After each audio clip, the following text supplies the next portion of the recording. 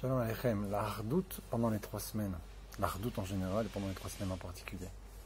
Il y a une blague très connue comme ça avec un garçon qui amène à sa mère une prétendante, sa future fiancée, mais elle est avec 2-3 amis comme ça, ils sont plusieurs. Alors la mère lui dit, celle-là là-bas au milieu, c'est celle-là que tu as choisie. Hein. Et maman, comment tu sais? Il dit, je peux pas la sentir. C'est la blague connue, pas la sentir, c'est la démonstration même que c'est elle que son fils a choisi. Mais Bzouché dit dans chaque plaisanterie, il y a une part de plaisanterie.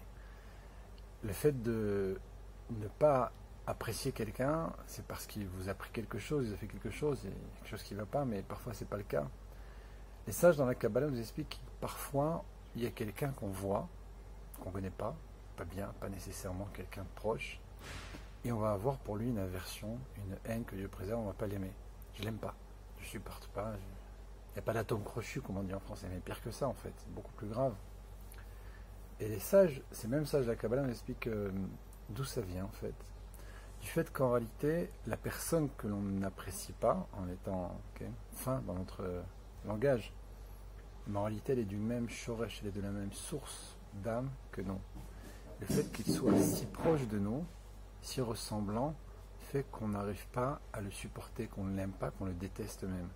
C'est-à-dire qu'en fait on se voit nous-mêmes dans un miroir spirituel, dans sa source, dans son shoresh, et de là-bas, il y a une aversion, il y a quelque chose qui ne fonctionne pas. C'est-à-dire qu'en fait on nous montre du doigt ce que nous sommes. Et si cette personne, eh bien, on ne l'aime pas, si on a quelque chose qui ne va pas avec elle alors qu'on la connaît presque pas, ou même pas du tout, mais il faut gratter un petit peu, il faut s'aider un peu plus loin, il faut se rapprocher d'elle, et alors on se rend compte à ce moment-là qu'on a beaucoup d'affinités avec elle, et on se rend compte qu'on peut être les meilleurs amis du monde. La barrière, le barrage qui existe, souvent, on ne parle pas maintenant de choses graves qui ont pu se produire entre deux personnes, et là encore, on peut toujours réparer. Je peux vous assurer que même parfois en allant, alors qu'on a pu être agressé ou être humilié, on a pu perdre quelque chose, si nous-mêmes on va voir la personne, sans rentrer maintenant dans la notion de tendre l'autre joue, on n'est pas là-dedans. Il y a de la route sur ça aussi, si quelqu'un nous agresse, nous injure, etc., on a le droit de répondre. Il n'y a aucune obligation, comme l'oticom et l'otitor, il ne faut pas se venger, c'est lorsque quelqu'un nous a prêté quelque chose, pas prêté, etc. Mais s'il y a insulte, violence, etc., on peut répondre, on doit répondre. Il y a des dîners Torah, il y a des choses qui existent par rapport à ça. On ne parle pas maintenant d'actes extrêmes, on ne parle pas de choses difficiles. On va imaginer la moyenne, ce qui se passe au quotidien. Si la personne en face de nous, eh bien, on n'arrive pas à accrocher, on n'arrive pas à avoir d'affinité avec elle, si on fait un effort, et si encore plus que ça, la personne qui nous a fait quelque chose de négatif, sans aller non plus très loin, eh bien on va et on lui tend la main, je peux vous assurer que ça va relier les deux personnes ensemble, ça va tisser des liens qui n'auraient jamais existé autrement, et qui n'avaient jamais existé auparavant. L'unité, pour nous, c'est l'essentiel parce que, comme le disait un rave très connu dont le nom m'échappe, lorsque Hitler il marche chez Veziro, chez moi Irakev, qui est Geinom, l'Atid, Léolam, cet homme-là qui a voulu détruire tout l'Israël Israël ne faisait pas attention si le juif en question avait un shtremel ou s'il était complètement anti-religieux, on va dire comme ça, complètement à l'opposé, ne pratiquait pas. Il ne faisait pas attention s'il était Sfarad ou Ashkenaz.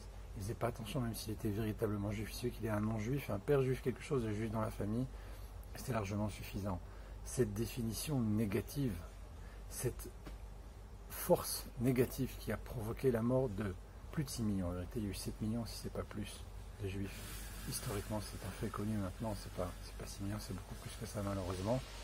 Ça a été possible parce qu'il y avait une haine viscérale, une haine profonde du juif.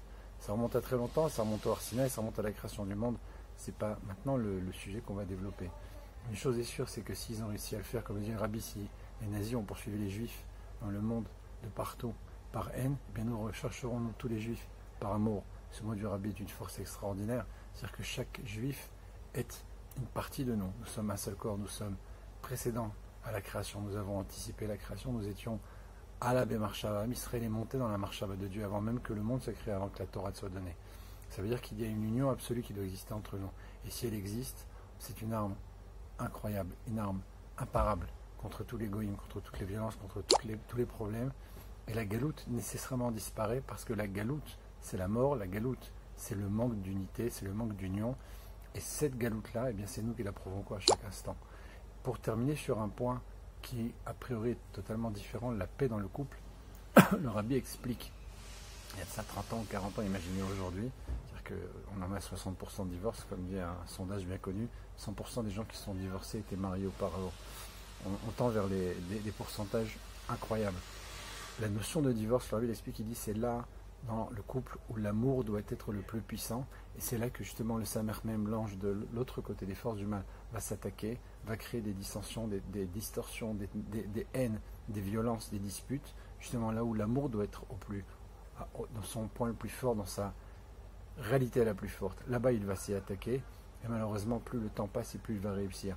Si on gratte un petit peu, si on regarde pourquoi ça s'est passé, il n'y a pas en réalité de raison véritable plus souvent. Ce sont des bêtises, ce sont des futilités, ce sont des choses absurdes, invraisemblables, qui se sont venimées, qui ont créé ces situations.